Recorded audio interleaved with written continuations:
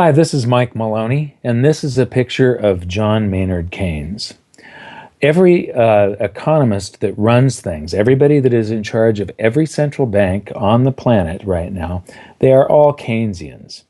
And John Maynard Keynes came up with a theory back in the 30s that governments should have an elastic money supply that can, when the economy turns down, the government can expand the currency supply and basically spend into the wind. And then when things get better again, they can contract the currency supply. Now, this is a cover from Bloomberg Business Week, and it's from November of 2014. I picked this up at my dentist's office back in November of 2014. I asked him if I could have this, and I've been holding it since then, just waiting for the day when all of the energy that is going to be released from the stimulus that these Keynesians have done comes back to haunt us in a horrible crash. Well, that day is upon us now, and so I get to break out this magazine cover that I've been saving for so long, just to say how wrong they are. This says John Maynard Keynes has the last laugh on what works for the global economy. Well, the big problem is that, like I said, all of the economists that run things are Keynesians: Alan Greenspan, Ben Bernanke, Janet Yellen. And the problem with these Keynesians is that they think that since they believe it, it has to be true. And because that is their mode of thinking, that since they believe this, it has to be true, and that even if it's proven not true, it still has to be true because they believe it. They've proven time after time that Keynesian economics doesn't work. They're about to prove it again big time, but their answer is still going to be to do more of the same. This is Mario Draghi, the head of the European Central Bank, and this is Kuroda. He is the head of the Bank of Japan. Japan just went negative on their interest rates, so now the central banks that represent 20% of the world's GDP, 20% of the world economy, is now in negative interest rate territory at the central banks. And this is crazy.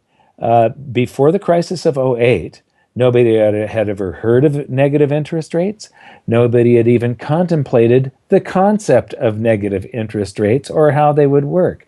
This is a Keynesian solution, and it's a solution that can't possibly work. Yet, and we've seen Europe's economy prove this. They've absolutely proven that negative interest rates don't work, so now Japan is doing it. And other countries will follow suit, and I don't know if it'll take a year or 2 years, but you can bet that the US will also be going the same direction. Now, when it comes to these Keynesians, their theory, basically, John Maynard Keynes, the reason it is wrong is it assumes that you can get purchasing power from typing ones and zeros, that you can create a 1 and a 0 and as many zeros as you want behind that one, and that this will actually buy you something. And they think they are creating purchasing power. They do not realize that this, I mean, why did we grant them the legal authority and the right to violate the most moral of human principles, thou shalt not steal? When they create a brand new unit of currency, the way it gets its purchasing power is by robbing all the other units of currency of a minute amount of purchasing power and transferring that to the new units that they're typing. And so this thing with Keynes, having an elastic currency supply and spending into the wind, spending when things get bad and expanding the currency supply, it doesn't create new purchasing power. What it does is steals it from one sector and gives it to another. So it just causes a wealth transfer, but there's a bunch of frictional energy in the middle because it has to go through the central bank, through the banks, through the government. And here we have the Federal Reserve's balance sheet. This is the total assets of the Federal Reserve, now at over $4.4 trillion. So they have been able to counterfeit $4.4 trillion and purchase real investable assets. This is a morally corrupt principle, and it's going to end up in a disaster for all of us. This is the amount of U.S. treasuries held by the Federal Reserve. Now, I don't know if I need to remind you that we have to work in the future to pay off these treasuries. We have to work and we have to pay taxes to pay the principal and the interest on this almost $2.5 trillion worth of treasuries that the Federal Reserve bought by counterfeiting. And I'm just talking about the Federal Reserve right now. The rest of the world does the same thing. These are the mortgage-backed securities held by the Federal Reserve. How did they get the right to go and buy up real estate? I mean, they own $1.95 trillion worth of mortgages.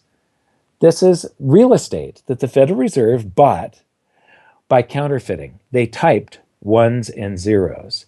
And so this just transfers a bunch of wealth from them to the rest of the economy to them and to the financial sector. And the proof that the Keynesian economics doesn't really work, I mean, they've created this enormous stock market bubble that we've gone back into here. And if you've probably seen a chart that I've done in the past where I put base currency underneath this stock market rally, and they're almost identical. But what you see now is the stock markets have rolled over and they're back to late 2013 levels. And that's the reason that I am dragging out this Bloomberg cover photo of John Maynard Keynes, where they proclaimed that he had all the correct answers, that Keynesian economics is correct. But it's going to cause some major problems, and the problems are now upon us. Thank you very much for listening to this video, and we'll see you next time.